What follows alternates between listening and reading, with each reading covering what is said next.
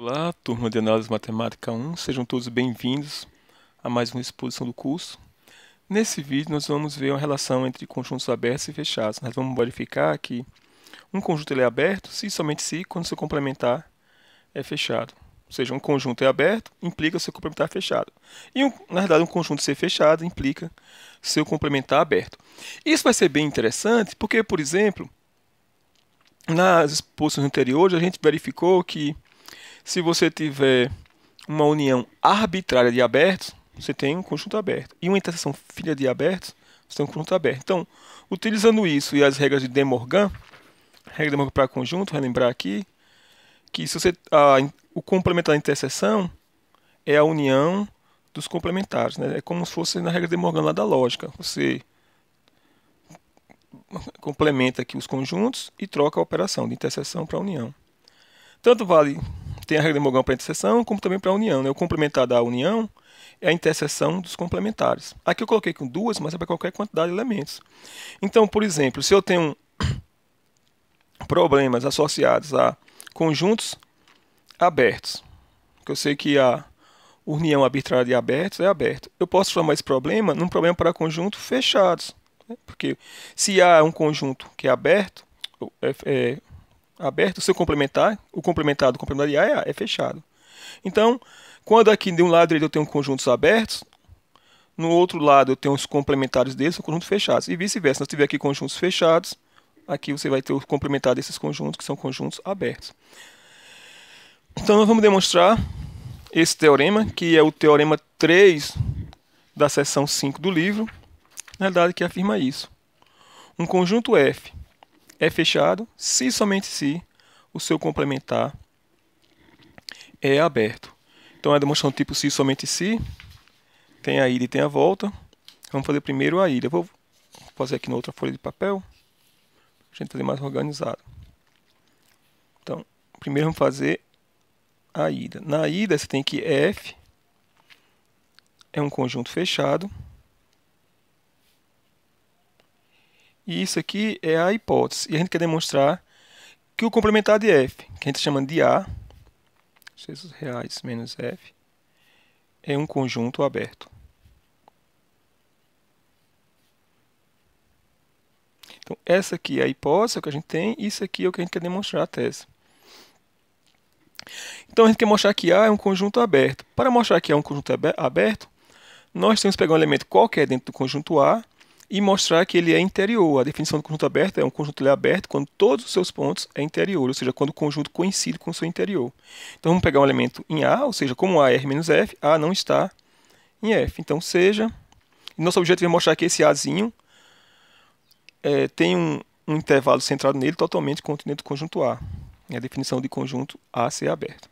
Então, seja A pertencente ao conjunto A, que é os reais menos F. Assim, se A está no complementar de F, A não pertence ao conjunto F. E como F coincide com o seu fecho, porque é um conjunto fechado, então A, na realidade, ele não pertence ao fecho de F. Isso quer dizer que A não é ponto aderente. Lembrando que F barra, o fecho de F, é o conjunto de todos os pontos aderentes a F. Como A não pertence, então A não é ponto aderente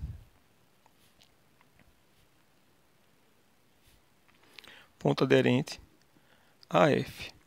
Aí, como a gente explicou no último teorema 2, no teorema 2, num certo momento lá eu falei que dizer que um ponto não é aderente, que significa dizer que tem um intervalo centrado naquele ponto que não tem nenhum elemento em comum com o conjunto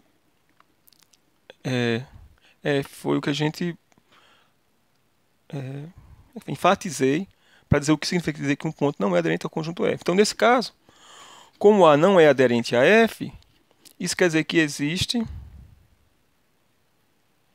um epsilon maior que zero, tal que o intervalo centrado em A e raio epsilon, A menos epsilon, A mais epsilon, não tem nenhum elemento em comum com o conjunto F. Então, isso aqui é igual ao conjunto vazio. Ou seja, esse intervalo todo não tem nenhum elemento em comum com o conjunto F. Então ele está totalmente contido no complementar de F, que é exatamente A. Daí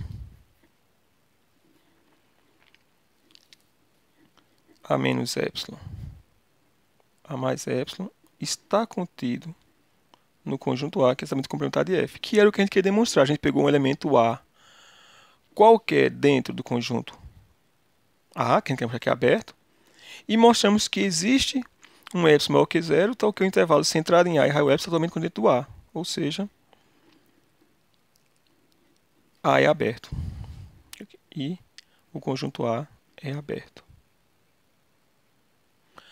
Agora, nós vamos fazer a volta do teorema. Para fazer a volta do teorema, agora a hipótese é que a gente tem que A é um conjunto aberto. E queremos mostrar que o complementar de A, que é F, na realidade é R menos A, é um conjunto fechado. E agora eu vou fazer um pouco diferente do que está no livro, tá?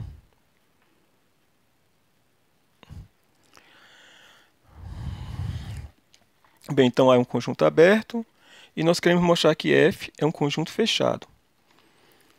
Aí vamos lembrar, o que significa dizer que F é um conjunto fechado? Que ele contém todos os seus pontos de aderência. Deixa eu iluminar aqui um pouco mais, está um pouco escuro.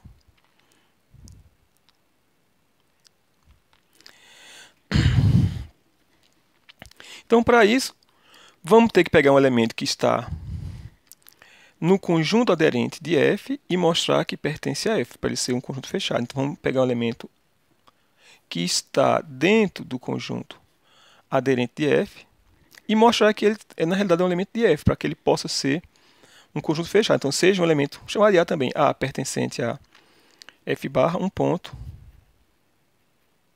aderente a F. E nosso objetivo é mostrar que esse A pertence ao conjunto F. Bem, como F e A são complementares, ele vai estar em F ou vai estar em A. Eu vou mostrar que ele não pode estar em A.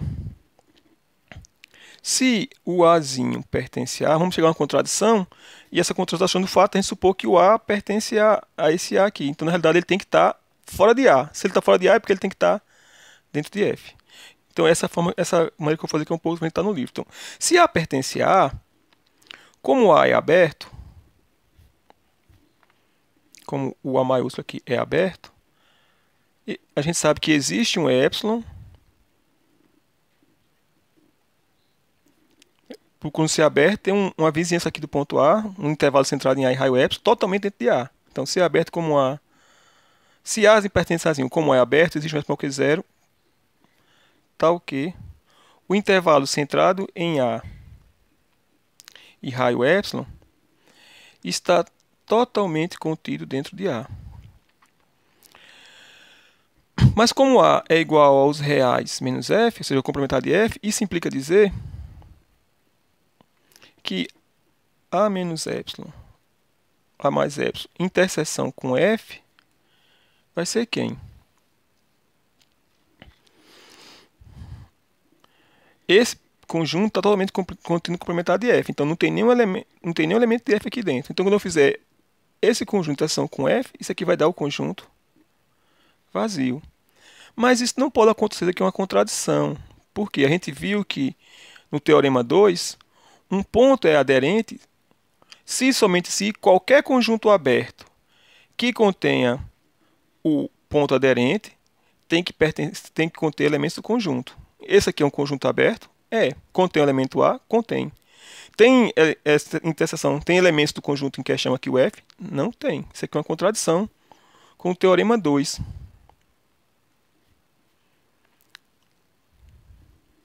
Porque lá no teorema 2 a gente viu que um ponto ele é aderente se somente se qualquer que seja o aberto contendo A tem que ter elementos do conjunto também, o conjunto aqui no caso F. E não está ocorrendo isso. Então, contradiz a hipótese aqui que A é um ponto aderente a F. Conclusão, logo, o ponto A ele não pertence a A, porque a gente supôs que ele pertencesse a A, deu um problema. Então ele não pertence a A, mas não pertencer a A é a mesma coisa dizer que ele pertence a F, né? Porque os dois conjuntos são complementares.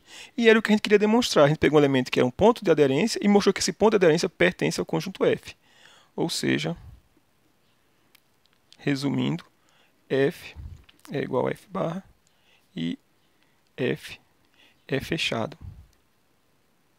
E com isso a gente demonstra esse teorema 3. E, por exemplo, uma aplicação dele é que a gente já viu que esse conjunto aqui unitário é fechado. O complementar dele, ou seja, que é os reais retirando esse elemento, é aberto. O intervalo fechado de A até B é fechado. O complementar desse conjunto, quem é o complementar desse intervalo? Vai ser o conjunto dos reais que vai de menos infinito até A, sem entrar o A, unido com o intervalo que vai de B até mais infinito, sem entrar o B, né? Porque eu retirei dos reais esse intervalo fechado. Como esse aqui é fechado, então esse aqui é um conjunto, essa união desses dois intervalos abertos é aberto. Aí você fala, não, professor, mas era mais fácil a gente verificar que isso aqui é aberto e, portanto, o complemento é fechado? Também, você pode usar dessa maneira. Um pouco você sabe que já que os intervalos dessa forma são abertos, e como a união de dois abertos é um aberto, então o complementar dele, que é exatamente isso aqui, é um conjunto fechado. Então, uma hora você vai querer usar uma ideia envolvendo aberto para mostrar que o conjunto é fechado, outra hora você vai usar que o conjunto é fechado para mostrar que certos conjuntos são abertos. E, como eu já falei antes, a propriedade, você pode utilizar as regras de De Morgan para demonstrar que o teorema 4, que é uma versão para conjuntos fechados do teorema que nós chamamos de teorema, acho que é 1. O teorema 1 do livro. O teorema diz o seguinte, ó, se eu tiver A1 e A2 abertos, então A1 interseção A2 é aberto. Se eu tiver uma família aqui de conjuntos abertos, então a união é ainda um conjunto aberto. No caso de fechado, nós vamos trocar as palavras união por interseção. No teorema 1 era, se A1 e A2 são conjuntos abertos, então a interseção é um conjunto aberto. Observe que a gente trocou aqui a palavra fechado por aberto e a palavra interseção por união. Mesma coisa eu vou lá aqui embaixo. Para demonstrar esse teorema, na realidade, ele é uma consequência imediata do teorema anterior e das regras de De Morgan. Eu vou fazer aqui A1, A2 é a mesma ideia. Então, o que a gente vai demonstrar na realidade é o seguinte. Vamos relembrar que se você tiver F1 fechado, F1 e F2 fechados, implica que o complementar de F1, que eu chamar de A1, que é os reais menos F1, e o complementar de F2, que eu chamar de A2, os reais menos F2, esse aqui fechado implica esses aqui, não dá mais para colocar aqui, abertos. Se são conjuntos abertos, e a gente já sabe que uma interseção de dois conjuntos abertos é aberta pelo teorema 1, assim, daí, a gente sabe que A1 interseção com A2 é aberto. Porque a gente já viu que a interseção de dois conjuntos abertos é aberto. Mas, agora usando a regra de De Morgan, A1 interseção A2, eu vou reescrever aqui. Tá? A1, quem é A1 é o complementar de F1. Então, é os reais menos F1. Interseção com A2, que são os reais menos F2. Ou seja, aqui é o complementar de F1, aqui é o complementar de F2. Como é que funcionam as regras de De Morgan? É da mesma maneira que é lá em lógica. Se vocês nunca estudaram isso, pessoal, vale a pena fazer esse exercício no livro, tá? Nós vamos pegar o complementar de cada um dos conjuntos. Bem, se esse aqui é o complementar de F1, se eu pegar o complementar dele, vai dar exatamente o próprio F1. Troca a interseção pela união. Aqui o complementar de F2, o complementar do complementar de F2 é F2. E a regra de Morgan tem que fazer isso aqui, o complementar disso, né? Porque tem a regra de Morgan, ou seja, isso aqui, esse C de complementar. Na realidade é os reais menos, então, F1 unido com F2. Então, como A1 em TA2 é aberto pelo teorema 1, então esse conjunto aqui, ó, esse aqui é o complementar desse. F1 união F2 é o complementar de A1 em TA2. Então, como esse aqui é aberto, é porque o complementar dele é fechado. Então, esse aqui é fechado. Por quê? Porque um é o complementar do outro, que os reais menos a união de F1 com F2 é igual à interseção de A1 com A2. Então, pelo teorema 1, a interseção de uma quantidade finita de conjuntos abertos é aberto. Então, uma união finita de conjuntos fechados vai ser um conjunto fechado. Não é verdade que uma união qualquer de conjuntos fechados é fechada, não. Vou dar um exemplo daqui a pouco.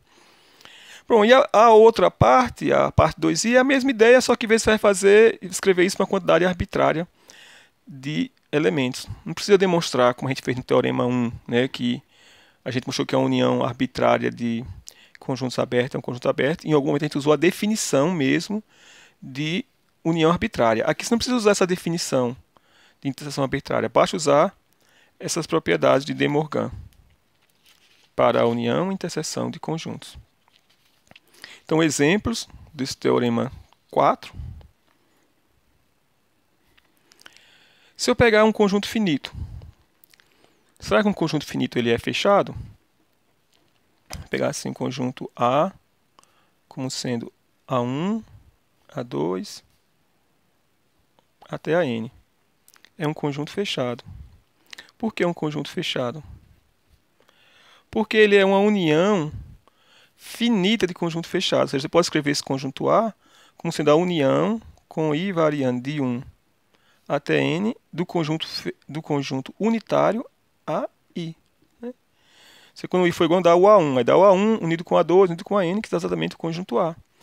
E a gente já viu que os conjuntos unitários são conjuntos fechados. Então, como cada um desses aqui é um conjunto fechado, eu tenho uma união finita de conjuntos fechados. Então, eu tenho um conjunto fechado. Observe que uma união qualquer de conjuntos fechados não é fechada. Por exemplo, vamos pegar esse conjunto aqui, ó, um intervalo aberto, fechado, vai de 0 até 1. Esse aqui é um conjunto fechado. A gente já viu, né, que o intervalo fechado AB o intervalo fechado AB é um conjunto fechado. Isso aqui nada mais é do que a união, novamente, dos conjuntos unitários, onde x pertence ao intervalo 0, 1. Ou seja, primeiro você vai pegar o x como sendo 0, depois x vai pegar x percorrendo todo esse intervalo 0, 1. Quando eu fizer a união de todos esses conjuntos finitos, esses conjuntos unitários, vai dar quem? Vai dar o próprio intervalo 0, 1. E esse conjunto aqui é fechado, mas eu queria mostrar que não é fechado, né? Então vamos pegar o intervalo aberto para resolver esse problema. Esse exemplo está mostrando que você pode ter uma união infinita de conjuntos fechados dando um conjunto fechado. Mas se eu trocar aqui esse fechado pelo aberto, ou seja, não tem essa parte, é o intervalo aberto 0, 1, que a gente já mostrou ser um conjunto aberto. Então eu tenho aqui uma união arbitrária de conjuntos fechados, cada conjunto desse é fechado, dando um conjunto aberto. Ou seja, uma união qualquer de conjuntos fechados não é um conjunto fechado, né? Eu vou reescrever o meu aqui. Ou seja, o intervalo aberto 0, 1 é a união de todos os conjuntos unitários onde x pertence ao intervalo 0, 1. Que é um conjunto aberto. Os racionais é um conjunto aberto? Não, ele não é aberto, né? Porque qualquer intervalo que a gente tenha, sempre tem os racionais e irracionais. Nunca pode ter um intervalo totalmente dentro do conjunto dos racionais. E nem é fechado, como a gente viu que o fecho de Q é os reais. Não é aberto e nem fechado. Agora, o conjunto de números reais. A gente já viu que ele é aberto. Ou já viu que ele é fechado? Na verdade, ele é aberto. e é fechado. Porque qualquer ponto aqui dentro, qualquer número real, e qualquer intervalo nesse ponto está totalmente com dentro do real. Então todo ponto é um ponto interior e com o aberto. E claro que qualquer sequência de números reais só converge para números reais, porque que R é um corpo ordenado completo, você não consegue sair dele. Então esse aqui é um conjunto que tanto é aberto como fechado. Deixa eu ver se mais algum outro exemplo aqui no livro que eu esqueci de mencionar. Tem um envolvendo supremo e ínfimo. Um exemplo do livro. Se eu tenho um conjunto X contido nos reais limitado. Então, o supremo de X é um ponto que pertence ao fecho de X. Ou seja, o supremo ele sempre vai ser um elemento aderente ao conjunto X. A gente já viu até o porquê disso. Se você pegar, por exemplo, o supremo do conjunto X menos 1 sobre n, esse aqui é menor do que o supremo, né? Porque esse aqui é um número positivo, ele é menor do que o supremo de X. Se ele é menor do que o supremo de X, ele não pode ser uma cota superior, porque o supremo ele é a menor das cotas superiores. Então vai ser sempre entre para cada número natural n, existe um termo do conjunto entre o supremo, que é menor ou igual, né? Porque o supremo poderia ser um elemento do conjunto. Então, para todo n percentuais naturais, você tem que o supremo de x menos sobre n é menor do que um x, que pertence ao conjunto, que é menor ou igual que o supremo de x. Então, eu posso escolher para cada n nessa situação um elemento xn.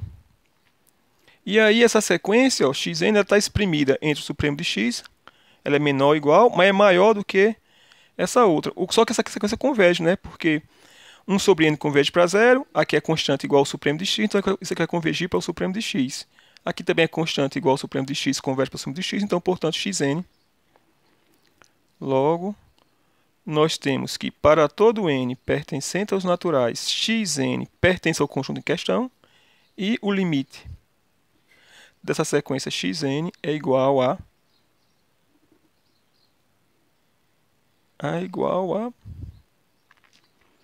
vamos ver, aqui está o supremo de x aqui também, então vai ser igual ao supremo do conjunto x.